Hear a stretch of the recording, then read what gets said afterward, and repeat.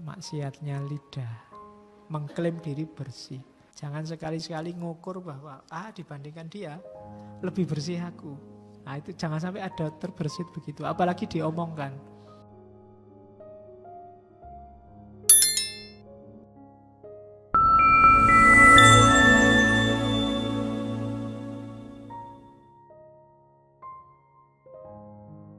Bismillah. Assalamualaikum warahmatullahi wabarakatuh. Bismillah. Mari kita lanjutkan ngaji kita. Oke. Terus pencari ilmu ada 3 jenis. Saya tidak tahu kita ada di mana. Pencari ilmu ada 3 jenis. Saya tidak tahu kita ada di mana. Kalau pengen aman, kamu tinggal bilang, saya bukan pencari ilmu, Pak. Yang pertama, tapi saya bilang minggu lalu ya, tidak ada orang yang tidak pencari ilmu. Setiap orang hakikatnya guru sekaligus murid. 3 jenis pencari ilmu. Yang pertama orang beruntung. Ini pasti. Jadi orang yang menuntut ilmu untuk akhirat. Dunianya pasti kena. Hanya mengharap ridho Allah. Ini sip, orang ini nggak perlu dibahas, orang soleh, orang baik, orang bersih. Ada orang jenis kedua. Sebenarnya dia ngerti menuntut ilmu itu harus mencari ridhonya Allah. Tapi dia belum mampu ke sana. Pak, saya kuliah itu sebenarnya pingin sekali Pak, hanya ilmu saja. Tapi tidak mungkin Pak, sekarang saya butuh IP, butuh ijazah, butuh besok dan seterusnya. Atau untuk hal-hal keduniaan, saya itu sebenarnya cari ilmu pengen ikhlas Pak. Tapi tidak bisa ya Pak, kalau pas ada teman diajak debat itu ya pengennya gaya Pak, pengen. Nah, itu kan orang jenis kedua. Dia ngerti bahwa dia harus cari ridhonya Allah, tapi banyak hal yang bikin dia tidak bisa nyampe ke sana. Akhirnya cari ilmunya ya targetnya dunia, meskipun dia berusaha agar bisa ganti ke akhirat. Ini kalau bahasanya Ghazali, ini bahasa saya, orang nekat, orang beresiko kalau di kitabnya. Hati-hati. Karena kalau sampai besok-besok, apalagi sampai meninggal, tidak berubah kondisi mental pencarian ilmunya, ya dia bisa masuk ke golongan ketiga. Tapi kalau bisa berubah ke lebih baik, dia bisa naik kelas ke golongan pertama. Kita mungkin ada di sini. Atau jangan-jangan ada di yang ketiga. Jadi ada di sini itu kita, jane yang ngerti nyari ilmu itu harus ikhlas. Tapi tuntutan situasi bikin kita selalu kepepet, terdorong ke pinggir lagi. Jadi pinginnya nengah, pingin jadi orang beruntung. Tapi yang ngerti harus ikhlas ridho lillahi ta'ala. Tapi banyak situasi yang bikin kita tidak bisa. Dan kita sadar kita keliru. Pengen berubah kok ya berat. Itu jenis kedua. Tapi berusahalah terus karena nasibmu tergantung kesadaranmu pada akhirnya. Mumpung ada waktu, kan saya bilang tadi umur tidak ada yang tahu. Meskipun saya lebih tua mungkin di ruangan ini kan tidak ada jaminan saya berangkat duluan. Oke, biasanya kan yang muda duluan karena saya yang suka ngebut, yang muda. Yang suka ngepil aneh-aneh kayak di TV itu ya yang muda-muda. Dan tidak ada korbannya kakek-kakek, mesti yang muda-muda. Terus yang narkoba itu kebanyakan yang muda-muda. Tadi ya jalannya banyak yang muda sekarang. Yang tua-tua awet. Oke, itu orang jenis kedua, orang yang resiko. Kalau kalian merasa ada di yang dua, cepat-cepat berusaha sekeras mungkin untuk naik kelas. Dan hati-hati jangan sampai tergelincir ke level ketiga. Ke level ketiga itu akhirnya Allah ya sudahlah ya memang. Nah, targetnya terus dunia. Manusiawi toh Pak, kita nyari ilmu buat nyari kerja, buat nyari ijazah. Yo manusiawi lah Pak, kita merasa lebih tinggi dari yang lain. Manusia itu kan memang fitrahnya begitu. Sudah nyampe ketiga berarti itu. Nah, ya wajar lah Pak, biasa lah Pak, itu sampai level 3. Kita sering salah definisi tentang kata-kata manusiawi itu. Manusiawi itu bukan berarti yang jelek-jelek semua manusiawi. Yang baik-baik juga manusiawi kok. Kamu bilang, Pak, nikah itu manusiawi? Iya. Nggak nikah juga manusiawi. Karena oleh Allah manusia dikasih semua potensi yang mungkin. Buktinya ada orang nggak nikah juga bisa sampai meninggal. Gitu loh. Bisa. Kamu jadi orang baik bisa, jadi orang jelek juga bisa. Maka kebaikan juga manusiawi. Kejelekan juga manusiawi. Karena potensi itu ada dalam diri kita. Kita selama ini kan pakai alasan manusiawi untuk yang jelek-jelek.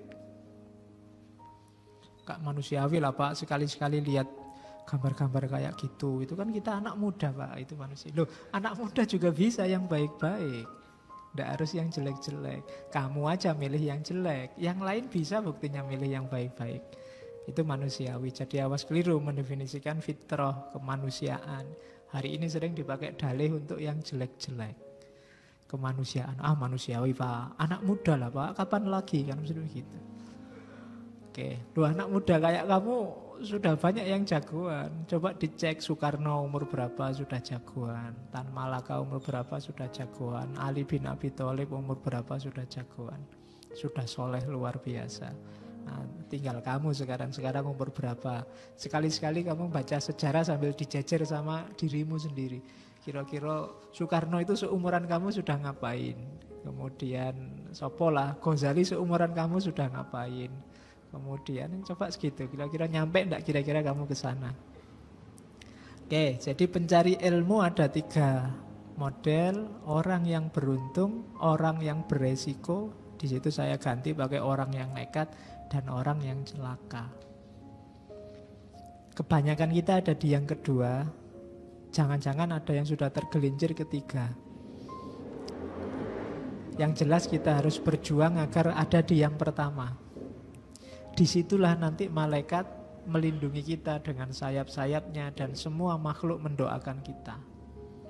Kalau malaikat aja melindungi kita kan kita tidak perlu takut apa-apa lagi, tidak perlu khawatir apa-apa lagi. Problem besar di Indonesia hari ini adalah ketakutan dan kecurigaan. Takut ini, takut itu. Kan hari ini banyak. Takut PKI bangkit lagi, takut terinfiltrasi apa, takut kena pengaruh itu, takut. Kita selalu takut. Kemudian karena takut terus curiga. Ya yang paling layak dicurigain mesti orang-orang di kiri kanannya sendiri. Akhirnya sesama muslim, sesama saudara saling curiga, saling lirik-lirikan. Kenapa? Karena diawali dari rasa takut. Itu menunjukkan bahwa jangan-jangan level ilmu kita bukan level yang pertama. Karena kalau level pertama gelarnya adalah alim dan jamaknya ulama, dan innama yahsyallahu min ibadil ulama. Ulama itu cirinya sudah gak takut apa-apa karena dia dapat hidayah. Dia sadar bahwa ada Allah. Kita sering galau luar biasa karena ketakutan-ketakutan kita, seolah-olah kita tidak punya Allah. Ojo khawatir, masih ada Allah. Kita kan dibikin bingung oleh gambaran-gambaran, bayangan-bayangan, kecurigaan-kecurigaan kita sendiri. Ndak, tenang saja, nikmatilah hidupmu sekarang. Hidup sekali kok tiap hari galau, tiap hari sumpek, tiap hari gegeran. Kapan nikmatnya? Ada cerita sufi yang bagus itu. Jadi satu ketika ada seorang murid bertamu ke rumah gurunya yang sufi. Dan murid ini minta dinasehati oleh gurunya. Kata gurunya, wah ilmuku sudah kamu ambil semua, saya gak bisa nasihati apa-apa. Kata gurunya, wis kamu di rumah aja tak jamu, dikasih makan yang enak, terus kamu nginep di sini, tak kasih tempat tidur yang paling bagus. Kata gurunya. Malam itu dia nginep di rumah gurunya. Cuma begitu masuk kamar, tempat tidurnya luar biasa bagus. Cuma di atas tempat tidur itu banyak tombaknya ngadep ke bawah. Dan itu sudah andul-andul mau jatuh. Dan itu banyak, jadi dia mau tidur. Aduh, ini jangan-jangan aku tidur ada yang jatuh, tewas aku. Jadi semalam dia gak bisa tidur, cuma kedap-kedip nonton tombaknya, khawatir jangan-jangan jatuh. Pagi-pagi ketemu gurunya, gimana tidurnya enak? Wah, gak bisa tidur guru, wong di atas banyak tombak itu. Ya salahmu dewe. Wong sudah ada kasur enak, kok malah kamu mikir yang belum terjadi, yang akan datang, jangan-jangan itu jatuh. Kalau jatuh kan gampang, paling kamu mati. Ya, jadi mbok kamu nikmati tidur bukan aman. Yaitu sindiran gurunya bahwa kenapa sih murid ini selalu minta nasihat. Dia tidak yakin, dia gelisah terus, dia selalu takut. Maka enggak, nikmatilah hidupmu sekarang. Apalagi kita di Indonesia. Indonesia ini luar biasa. Indahnya, uniknya, khasnya. Ayo dinikmati. Kok kita tiap hari takut, kita tiap hari curiga sama yang lain, enggak nikmat. Kita nikmati aja. Oke. Gegeran ya dianggap nikmat saja. Ya, enggak harus dianggap galau, enggak harus dibikin galau.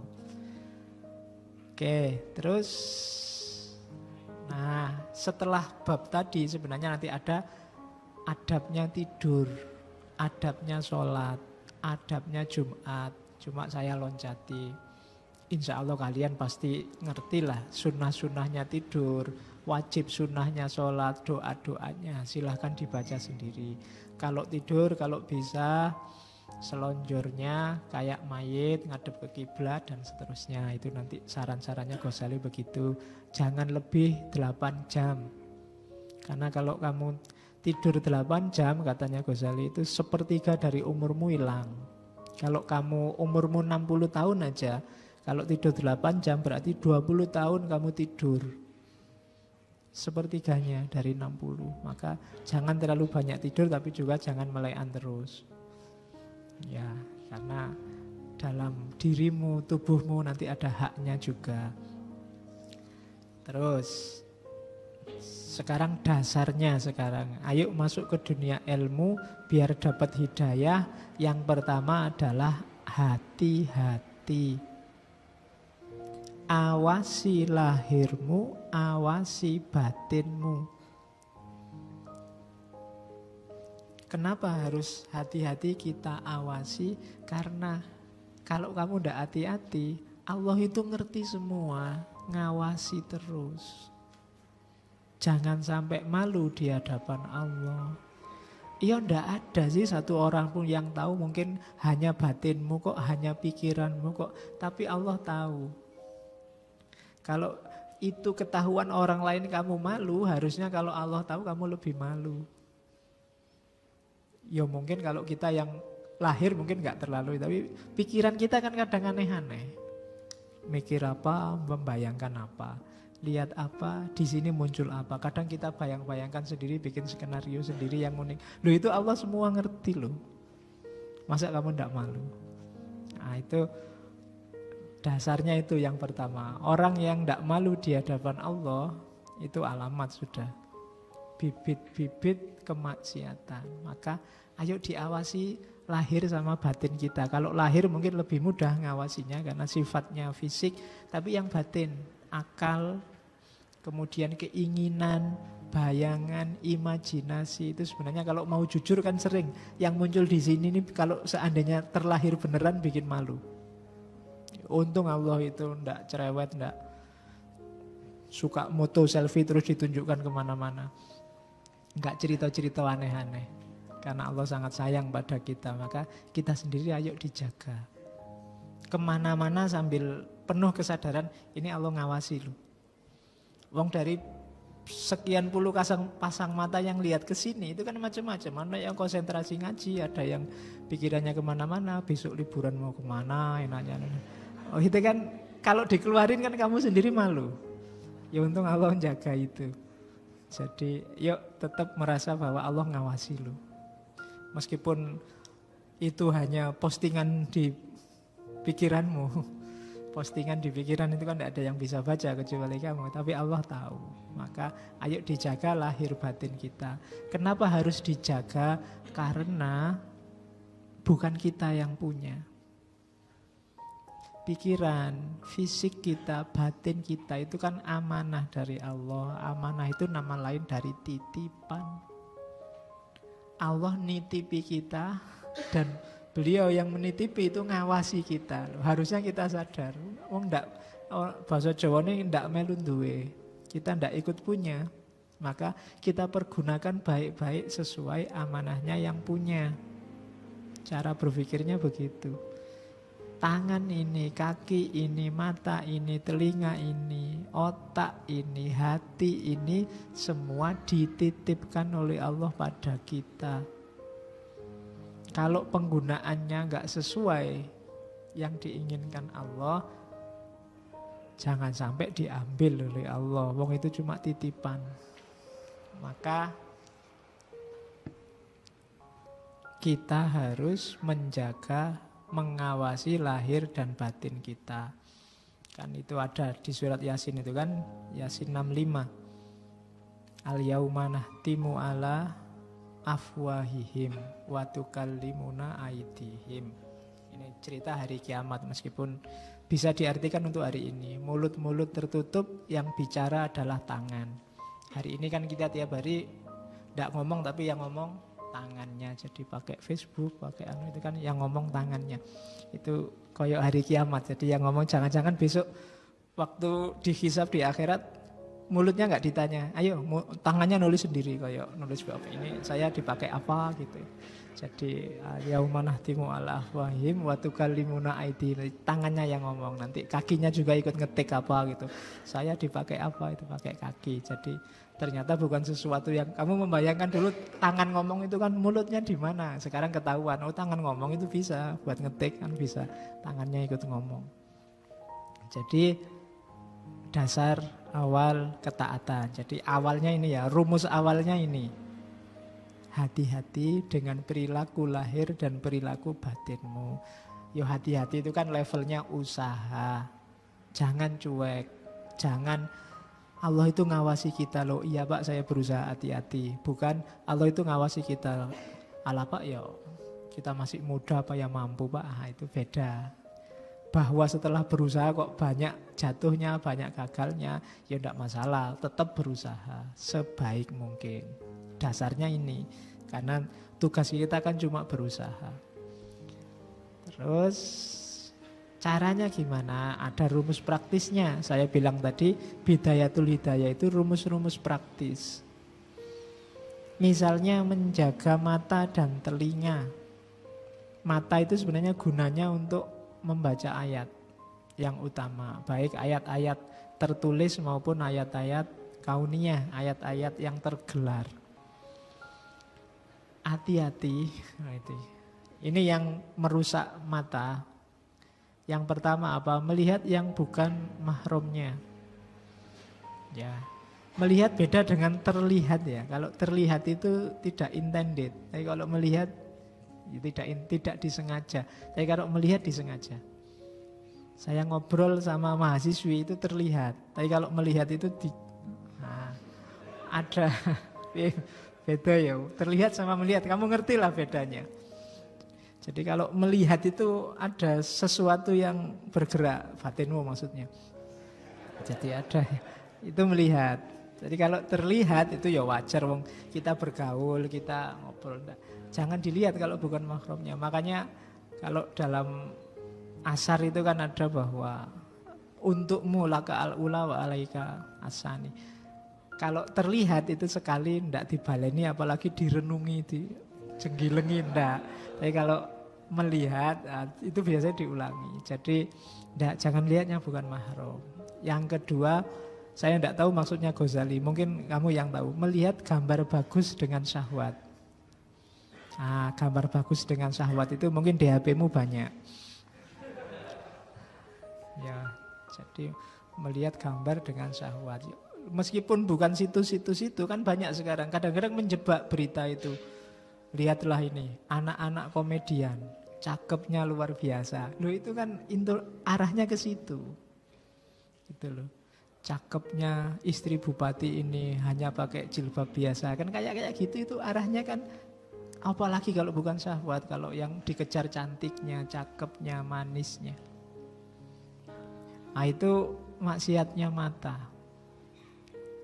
Pencari ilmu kalau sibuk di sini, insya Allah ilmunya tidak akan dalam, katanya Ghazali. Ya kamu bisa bayangkan lah, kamu buka laptop terus sebelum nulis mau lihat gambar-gambar itu biasanya nggak jadi nulis. terus nonton gambar, ada yang lain, oh ada link selanjutnya,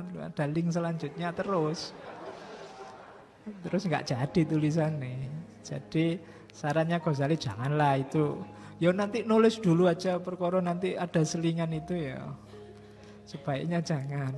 Terus itu ya yang urusan nafsu. Terus melihat muslim yang lain dengan pandangan meremehkan. Ini sifatnya agak majas bahwa ya alah paling ilmunya itu. Alah aku sudah ngaji ini, dia belum. Itu namanya melihat muslim lain dengan pandangan meremehkan. Aku sudah khatam, sudah ngaji filsafat sampai sesi berapa. Paling filsafatnya masih dasar semester 1 aja kok. Itu meremehkan. Terus melihat aib seorang muslim. Ada banyak berita, ada banyak hal yang mengarahkan kita ke aib hari ini. Sebenarnya kita tahu bahwa itu mesti bongkar aib, mesti menunjukkan kejelekan. Tapi kita biasanya terus nekat aja kita buka. Akhirnya kita tahu aibnya orang lain. Padahal tidak ada pentingnya sama sekali kita tahu aibnya. Dan ini merusak bagi seorang pencari ilmu. Hati-hati. Kalau memang tidak ada hubungannya sama dirimu dan tidak ada kebaikannya untuk kamu lanjutkan, mending di stop. Kayak dulu ada teorinya Socrates itu yang hukum saringan 3 lapis, nanti kamu cari di bukunya. Biar kamu tidak terjebak merendahkan, membongkar aib seorang muslim. Hari ini kan banyak yang sifatnya bongkar-bongkaran. Pokoknya kita mati-matian nyari jeleknya muslim yang lain yang beda kelompok sama kita, yang beda golongan sama kita. Dan itu blunder bagi seorang muslim. Terus telinga juga begitu. Telinga itu usahakan yang banyak masuk adalah kalam Allah, sunnah Rasulullah atau hikmah. Kalau bahasanya Ghazali. 3 ini penting. Di luar itu kalau nggak sangat terpaksa mending nggak usah didengarkan. Jangan salah, yang masuk lewat telinga atau lewat mata itu akan jadi referensi di kepalamu. Itu akan membentuk caramu berpikir, caramu berperilaku. Kalau inputnya jelek-jelek, outputnya juga jelek. Bukan kamu yang maki-maki, tapi kamu mendengarkan banyak orang maki-maki. Insya Allah kata-kata makian itu jadi referensi di kepalamu. Besok waktu dibutuhkan dia akan keluar secara lancar dan tanpa hambatan. Kenapa? Referensinya ada di kepalamu. Jadi maka kalau tidak sangat penting tidak usah dibaca yang jelek-jelek. Karena meskipun dalam hal kamu nggak setuju, aku ingin tahu Pak, argumen musuh saya itu isinya mesti maki-maki. Tapi referensi makian, cara berpikir yang jelek, cara berkata-kata yang jelek itu akan jadi koleksi di kepalamu. Kalau kamu mau bales biasanya nggak akan jauh-jauh dari situ. Akhirnya sini maki, sana maki. Jadi dengarkan saja kalam Allah, sunnah Rasulullah atau hikmah. Hikmah itu sesuatu yang bisa kamu ambil pelajaran, yang ada manfaatnya, nutrisi buat otak dan pikiranmu. Itu telinga. Kalau kamu masukkan yang saru-saru misalnya, lihat apa-apa juga versi saru. Mbok lihat perempuan sudah pakai jilbab dicadari, ya pikiranmu mesti ke arah yang sana. Itu kalau cadarnya dibuka kira-kira kayak gimana ya isinya. Itu karena referensimu selalu ke arah situ. Gitu loh. Jadi jangan masukkan referensi-referensi yang jelek deh. Ya mungkin karena dalam rangka kamu Pak itu cuma mengambil ibroh, Ya pas kamu mengambil ibroh iya, tapi secara nggak sadar dia akan jadi koleksi dalam dirimu. Mungkin pas waktunya dibutuhkan dia akan keluar. Nah, oke, jadi telinga dan mata ayo dijaga.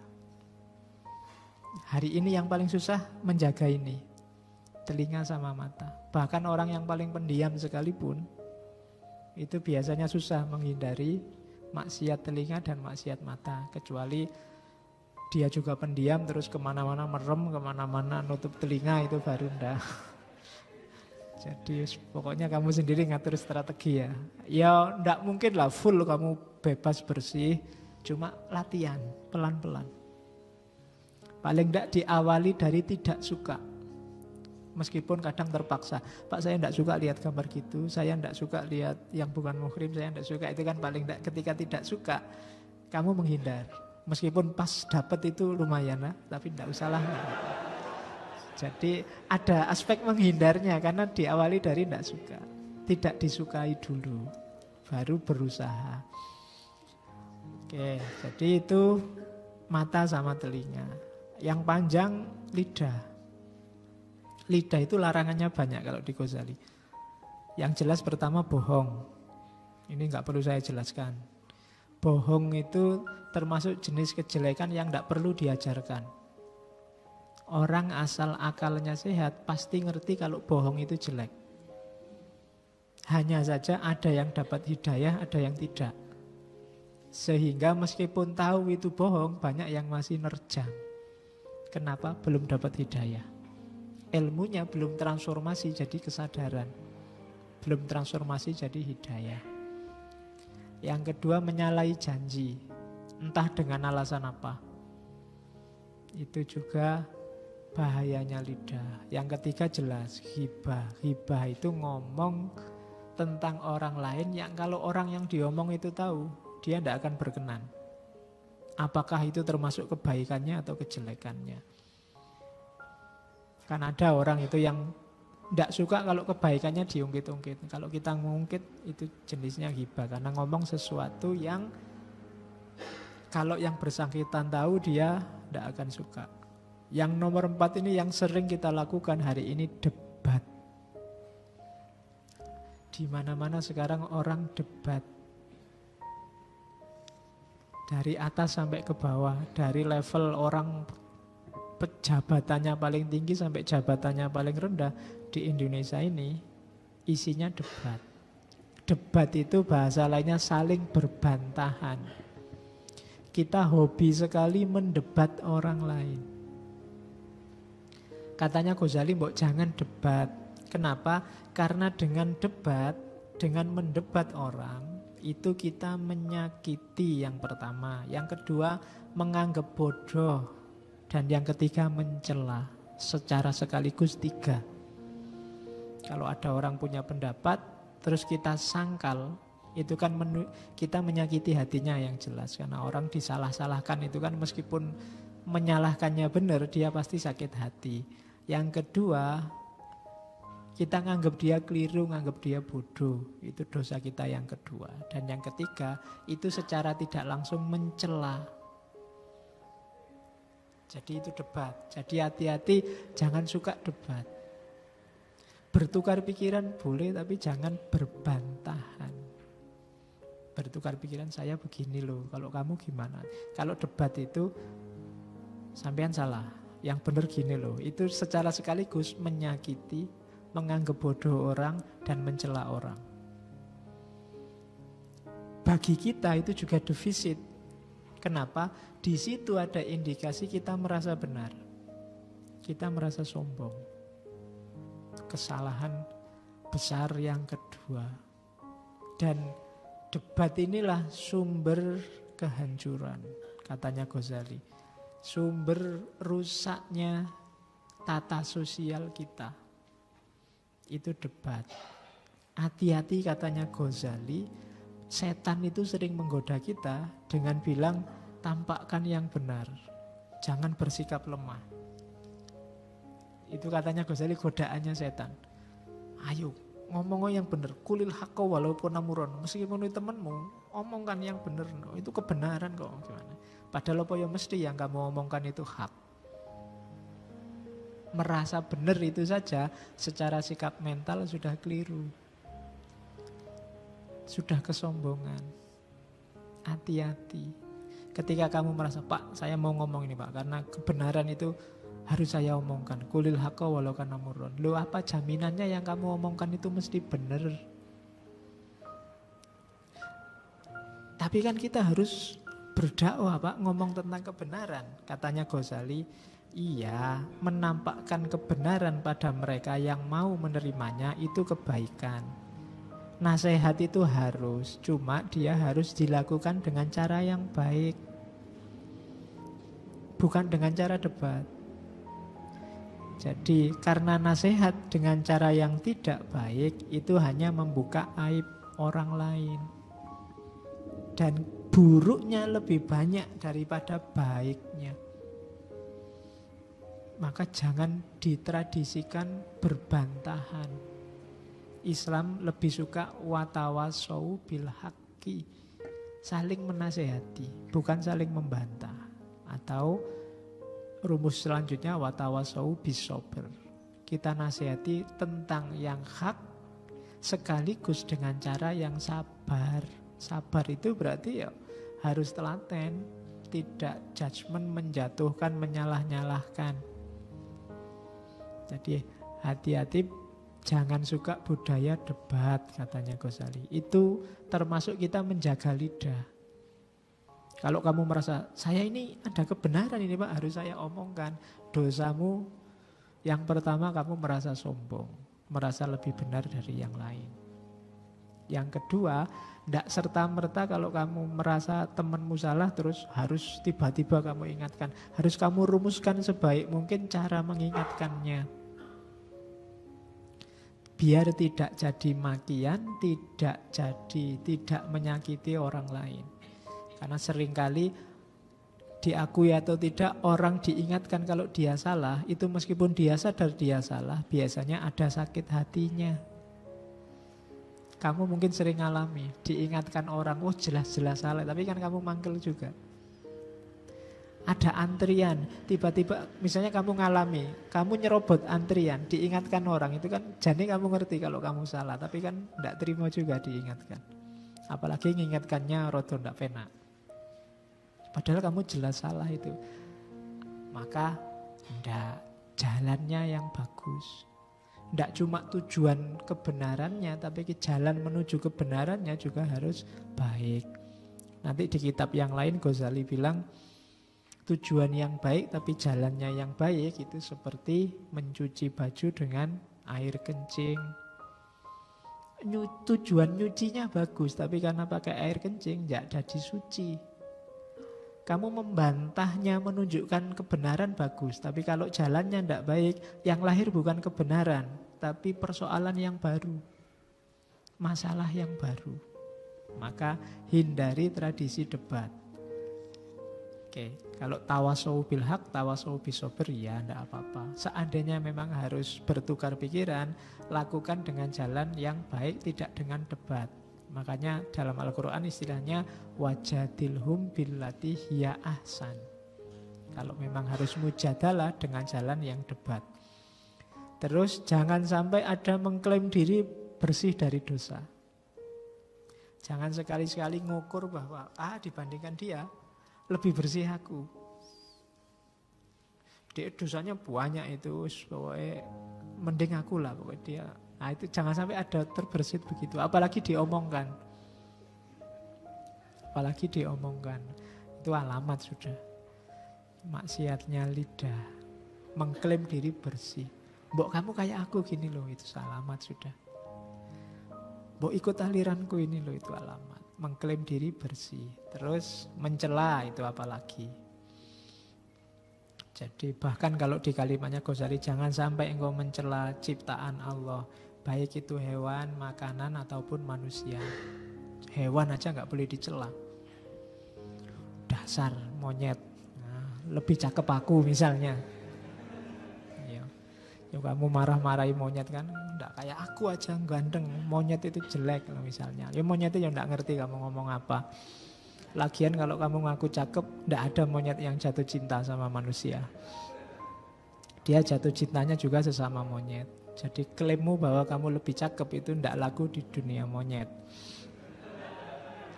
Nah iya kan, nggak boleh mencela makhluknya Allah. Termasuk mencela makanan, katanya Ghazali. Makanan enggak enak, enggak. Jangan dibiasakan. Apalagi cuma ditraktir aja kamu enggak tak komentar. Ya, jadi Jangan dicela makanan, hewan, apalagi manusia. Apalagi fisiknya. Apalagi yang berhubungan dengan hidayah. Misalnya cara berpikirnya, cara berperilakunya. Enggak. Jangan dicela. Kalau mau dinasehati, nasehati aja. Tapi jangan pakai dicela. Dasar orang desa itu cela. Dasar orang kota itu mencela. Kamu itu dasar orang ganteng. Nah, itu juga mencela. Kadang-kadang ngomong ganteng itu mencela loh. Ya wis ganteng pokoknya. Itu kan mencela.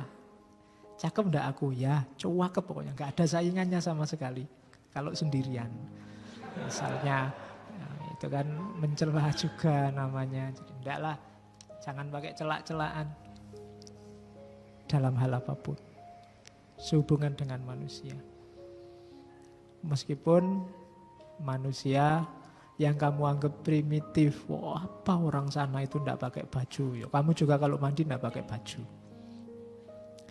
Loh enggak, apa itu enggak mandi Pak. Kalau di orang Papua misalnya suku tertentu kemana-mana enggak pakai baju. Nah, ya budaya sana begitu.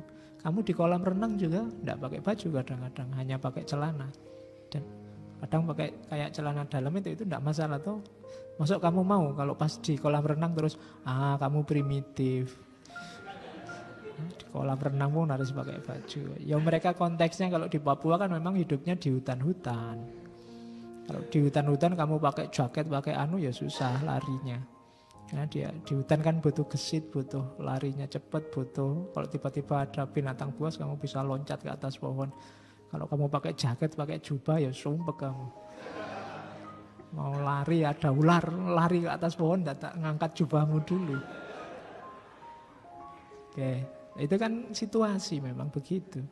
Kemarin saya baca kalau di Irian itu beberapa suku kalau mandi pakai minyak babi. Kamu mandi pakai minyak aja kan sudah geleng-geleng, apalagi minyak babi. Sudah minyak babi lagi, kamu mesti kan begitu. Loh ya budaya sana yang mereka bukan muslim ya mesti aja pakai minyak babi. Cuma ada logikanya, jadi mereka pakai itu karena memang situasinya memang berhutan, banyak nyamuk malaria. Kalau kamu mandi, misalnya kamu ke sana terus kamu nasihati, kamu marah-marah, mandi itu ya pakai sabun biar wangi, masa baunya kayak gitu. Loh, mereka di sana itu karena dalam rangka kearifan di sana banyak nyamuk malaria. Kalau diganti sabun, kan ada cerita bahwa kemudian beberapa daerah terus akhirnya malu, mungkin tiap hari dimarahi terus pakai sabun. Tapi setelah itu banyak yang kena sakit malaria. Karena kalau dia pakai minyak tadi nyamuknya menjauh. Tapi begitu pakai sabun nyamuknya seneng. Terus banyak yang jatuh sakit malaria. Itu kan kearifan-kearifan lokal. Mereka punya logika sendiri. Dinasihati boleh tapi jangan dicela. Apapun itu mereka juga makhluknya Allah. Yang bikin Allah, yang mengkonstruksi eksistensi mereka Allah. Kamu nasihati silahkan, tapi jangan dicela, jangan direndahkan. Kayak kamu gambar itu loh, kalau kamu gambar sejelek apapun, kalau ada yang mencela kan marah, kamu mangkel. Iya, yang pintar ngelukis, aku bisanya cuma kayak gini. Loh itu jangan sampai Allah mutung kayak gitu. Kayak pinter-pinter loh kamu bikin kan gitu, kamu dadak mencela. Oke, terus mendoakan buruk, hati-hati. Karena nanti ada beberapa hadis yang bilang mendoakan buruk akan kembali pada yang berdoa. Jangan. Oh kamu dinasihati tidak mau tak doain nanti celaka. Lihat saja nanti kan dia mesti celaka. Lihat saja itu enggak. Jangan mendoakan buruk. Kamu kok mencela kiaiku, mencela ulamaku, tunggu saja nanti balasannya dari Allah. Celaka hidupmu, enggak, itu mendoakan buruk. Bukan perilaku pencari ilmu. Jangan nyumpai orang, mendoakan buruk. Yang terakhir, ini yang kita mungkin agak ikut sering di situ, terlalu banyak bercanda, mengejek, menghina orang. Jadi, bercanda itu boleh, cuma jangan terus-terusan bercanda. Apalagi isi candaannya ngejek orang lain, merendahkan orang. Karena biasanya bercanda itu yang paling ampuh bikin orang ketawa kan dua. Mengejek orang atau ngomong saru-saru. Arahnya ke sana. Itu mesti orang ketawa sudah kalau kamu ke situ. Ngejek orang lain sama saru-saru. Sekali-sekali for fun boleh untuk mencairkan suasana, tapi ojo terus-terusan. Ya kan? Kan banyak beberapa sekarang ada pengajian-pengajian isinya lucu terus dari awal sampai akhir. Isinya apa? Mbok penting guyu. Kan ada yang begitu. Ya bagus saja untuk menyegarkan suasana, tapi jangan dilupakan misi utamanya. Serius terus ya enggak enak. Mulai salam sampai salam lagi cucu marah-marah ya enggak enak. Ya santai aja, ya ada selingan gurunya tapi juga ada ilmu yang didapat. Jangan terlalu banyak gurau, apalagi melecehkan, mengejek orang lain. Ini lidah. Hati-hati menjaga lidah. Kalau perut dan kemaluan, insya Allah kita tahu. Perut jangan sampai kemasukan barang haram. Jangankan haram, katanya Ghazali, halal aja kalau berlebihan, dia bisa membekukan hati, merusak akal, menghilangkan hafalan, memberatkan anggota badan untuk beribadah, menuntut ilmu, memperkuat syahwat, membantu tentara setan, banyak ya. Jadi jangan terlalu banyak makan. Berlebihan itu selalu jelek. Makanlah sampai limit sebelum kenyang, karena begitu kamu kenyang, kamu nggak kuat ngapa-ngapain. Apalagi banyak makan sampai badanmu berat. Apalagi besok kalau kamu sudah punya istri, punya suami. Kalau badanmu berat, itu yang berat nggak cuma kamu, suamimu, istrimu juga berat. Karena beban hidupnya juga berat. Jadi pokoknya kamu sendiri yang ngerti deh, limit ini nggak ada rumusnya. Pak 2 piring, Pak 3 piring, enggak. Tergantung situasimu. Pak saya itu Pak makan 5 piring aja belum kenyang. Ya berarti enggak apa-apa 5 piring. Ada yang setengah piring sudah enggak kuat saya Pak. Ada yang begitu. Pokoknya kamu sendiri yang ngerti. Kalau kamu begitu, kamu melewati batas, katanya Ghazali, resikonya banyak. Termasuk males, termasuk mungkin ada yang bolak-balik ngantuan, bolak-balik itu mungkin ada rumus dari sini. Ada sesuatu yang kamu kelebihan. Baik kelebihan makanan, atau kelebihan tidur, atau kelebihan melek. Kelebihan melek itu berarti kurang tidur, itu juga berlebihan. Segala yang kelebihan pasti ada dampaknya. Orang kurang piknik itu jelek, kelebihan serius, tapi kebanyakan piknik juga jelek. Seriusnya kurang. Jadi kamu sendiri yang ngerti dosisnya untuk hidupmu. Oke, terus kemaluan juga dijaga.